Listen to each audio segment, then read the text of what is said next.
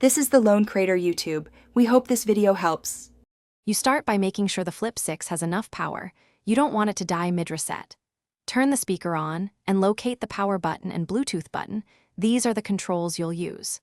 Once done, disconnect any paired phones or audio streams so the speaker isn't busy.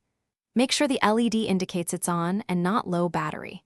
You're initiating the reset immediately after confirming power and idle status, because a stable power state prevents corrupt settings during the factory reset. Now perform the actual reset. Press and hold the power button and the volume down button at the same time for about 10 seconds.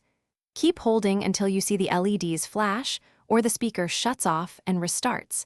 That visual cue means the internal settings were cleared. Release both buttons and allow the Flip 6 to complete its reboot cycle.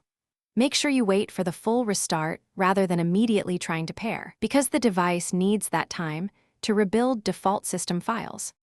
After the reset, enable Bluetooth on your phone and look for the JBL Flip 6 in the available devices list. Pairing should be like new.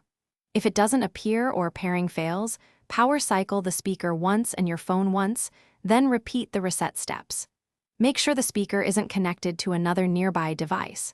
If problems persist despite retries, that suggests a hardware or firmware fault.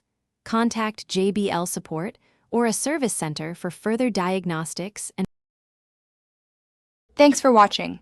Consider subscribing if we helped you.